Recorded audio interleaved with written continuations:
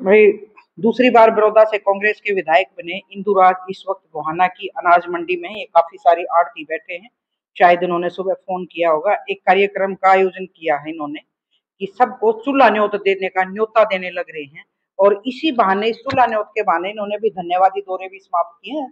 तकरीबन मेरे ख्याल में बड़ौदा हल्का के आप सभी गाँव में गए होंगे, तो थोड़ा सा जान लेते हैं। क्योंकि जब ये 2019 में उपचुनाव में बने तब भी इन्होंने चूल्हा न्योत किया था।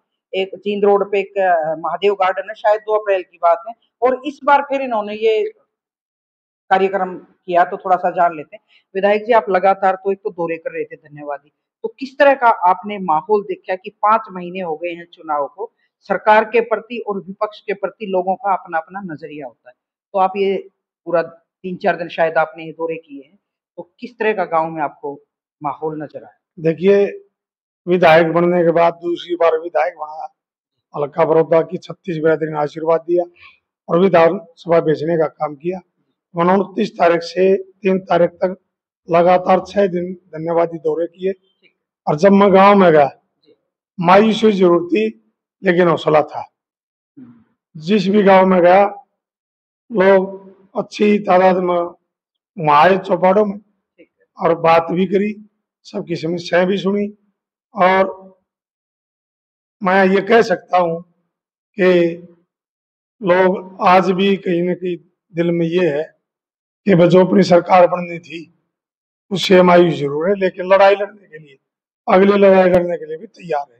बिल्कुल, मैं आपके दौरे पे भी गई। आश्वासन और भरोसा दिया कि विधायक जी, आप लड़ाई लड़ो, जब तक ये बीजेपी हरियाणा प्रदेश से बाहर नहीं होगी जब तक हम साथ हैं।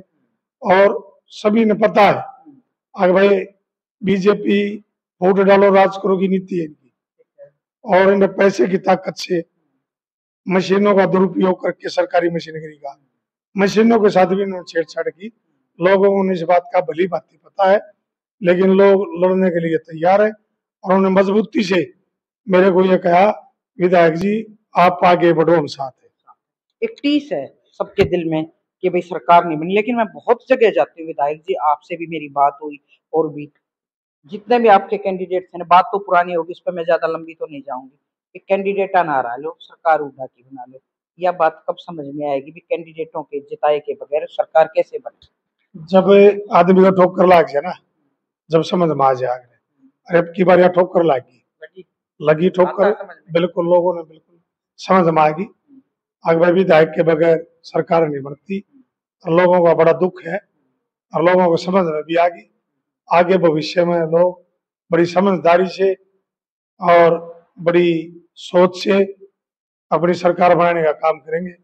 बहुत सारी बात तो ये थी, वह सरकार तो आ रही है, उठा मुख्यमंत्री भी बन गया, लेकिन कहीं न कहीं विधायक ना बने तो हमारी चाल है। ऐसी भावना जो थी वो दूर होगी और लोग मजबूती के साथ लड़ाई लड़ेंगे। और आने वाले 2029 में जरूर कांग्रेस की सरकार। तो कल क्या कार्यक्रम है? जैसे आप अपने धन्यवादी दौरे पे भी बोल रहे थे, आज मंडी में आई है, सारी मंडी की पूरी क्रीम बैठी है, अध्यक्ष बैठे हैं, पूर्व प्रधान बैठे हैं, कल का क्या कार्यक्रम है? मैं सारे साथी हैं, मेरे तो दुख सुख के साथी है। इन्होंने इलेक्शन में भी मेरा भरपूर साथ दिया और हमेशा चाहे मैंने कोई भी प्रोग्राम किया तो ये मेरे से भी आगे खड़े हो गए, प्रोग्राम को कामयाब करते।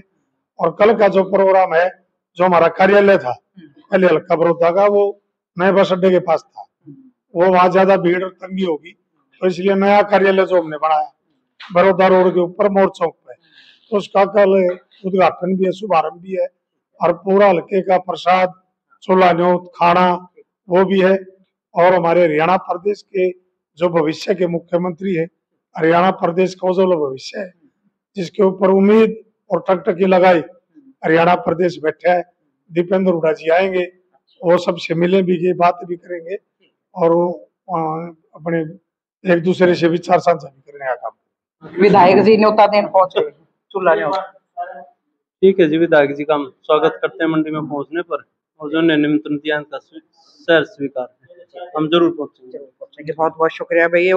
विधायक जी ने अपने मतलब विधायक बनने के बाद दूसरी बार ऐसा कार्यक्रम का आयोजन किया है जिसमें चूल्हा न्योत कहें या लोगों से मिलने का एक बहाना होता है, तो सांसद आएंगे रोहतक से, देखते हैं कि कल कितनी भीड़ उमड़ती है और लोगों के मन की जो टीस है वो दीपेंद्र के आगे भी निकले और हमें भी पता चले कि जो ये तकलीफ है कि भाई सरकार नहीं बनी और विधायक कैंडिडेटों को हराने की बात की और मुख्यमंत्री भूपेंद्र सिंह हुड्डा बने, इस बीच में ये क्या मामला है, ये हम कोशिश करेंगे कि रोहतक सांसद हैं जो दीपेंद्र हुड्डा से इन प्रश्नों का जवाब लें।